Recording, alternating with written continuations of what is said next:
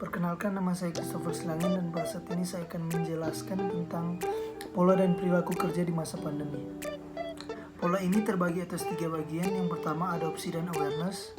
Adopsi adalah keputusan untuk menggunakan sepenuhnya ide baru sebagai cara bertindak yang paling baik.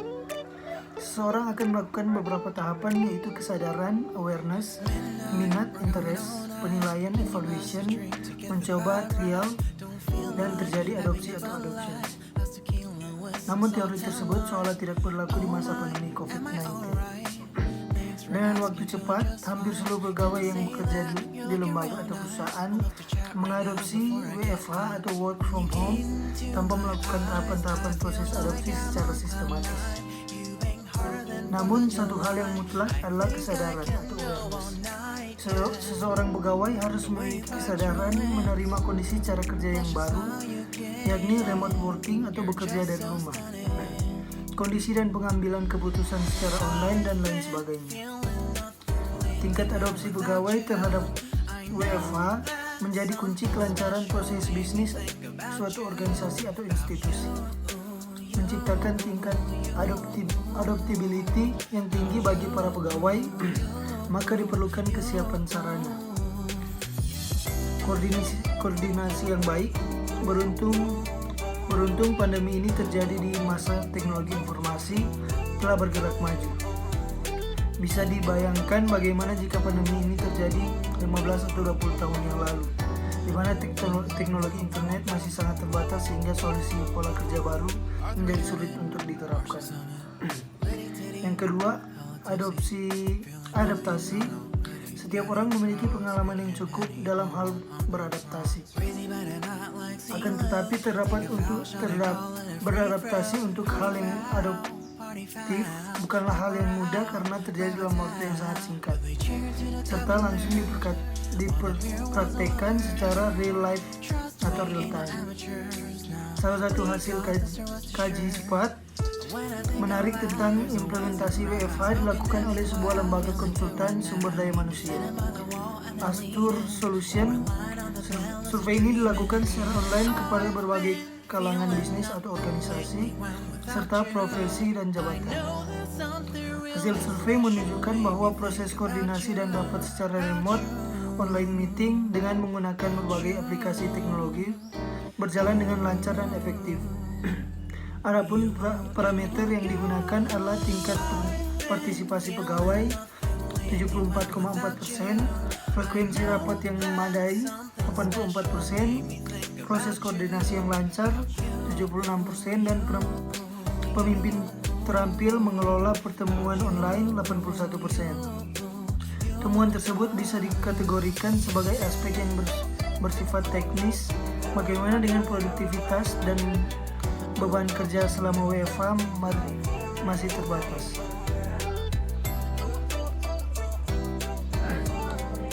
Secara tidak langsung, data menunjukkan bahwa potensi untuk berubah ke pola kerja WFH sangat terbuka lebar. Hal ini terbukti dari proses adopsi yang berhasil dan proses adaptasi yang bergerak maju. Untuk isu beban kerja, memang cukup logis jika beban kerja WFH tidak lebih ringan dari cara kerja sebelum pandemi.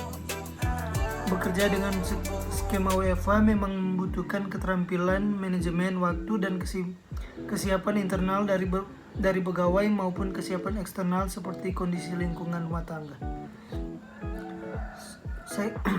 Sayang sekali kaji cepat ini tidak mempublikasi data terkait isu gender. Penulis menduga bahwa akan ada perbedaan hasil yang menarik antara pekerja laki-laki dengan pekerja perempuan. Hipotesis yang dibagikan atau dikontrol dengan status perwakilan perkawinan, bahwa beban kerja pegawai perempuan mungkin akan lebih tinggi dibandingkan beban kerja pegawai laki-laki, mengingat peran domestik yang masih melekat pada perempuan. Walaupun menurut Anggreni tahun 2012, pola relasi dan pembagian kerja dalam rumah tangga pada beberapa kasus di kota-kota besar sudah lebih cair antara suami dan istri. Namun pembagian peran secara tradisional masih mendominasi. Tentunya WFH bagi pegawai perempuan merupakan tekanan ganda ditambah lagi para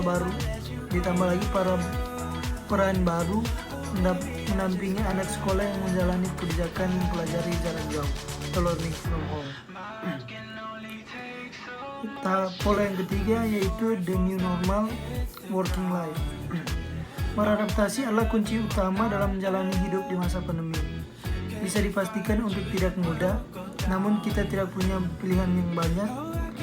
Berbagai proyek dan hitungan para ahli menyatakan kondisi ini akan berlangsung lama untuk waktu yang tidak pasti.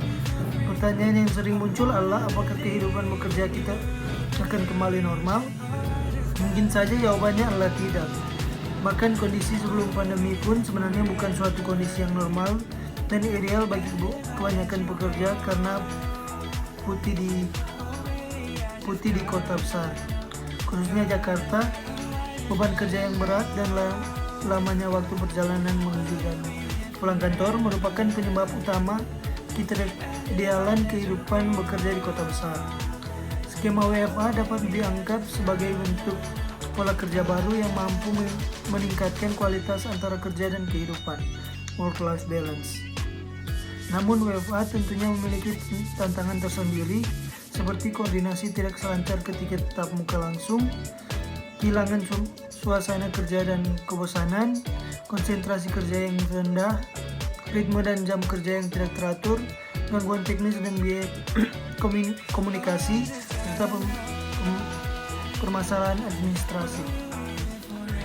Mulai menerima dan pelan-pelan beradaptasi dengan bentuk kenormalan kerja yang baru merupakan langkah positif yang patut untuk dilakukan. Bagi pegawai yang melakukan WFH dapat diawali dengan meningkatkan kemampuan penguasaan teknologi komunikasi. Hal ini menjadi persyaratan berlangsungnya koordinasi secara online.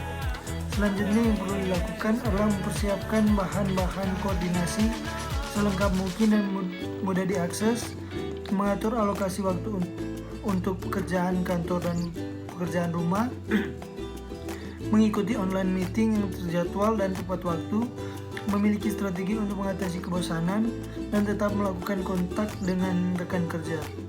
Sementara itu, bentuk adaptasi yang baru dilakukan oleh organisasi atau lembaga antara lain adalah menyiapkan sarana dan prasarana teknologi atau aplikasi untuk WFH, proses bisnis atau SOP dalam bekerja WFH, dan yang tak kalah pentingnya adalah indikator kinerja atau target individu versus target kelompok yang berbasis WFH.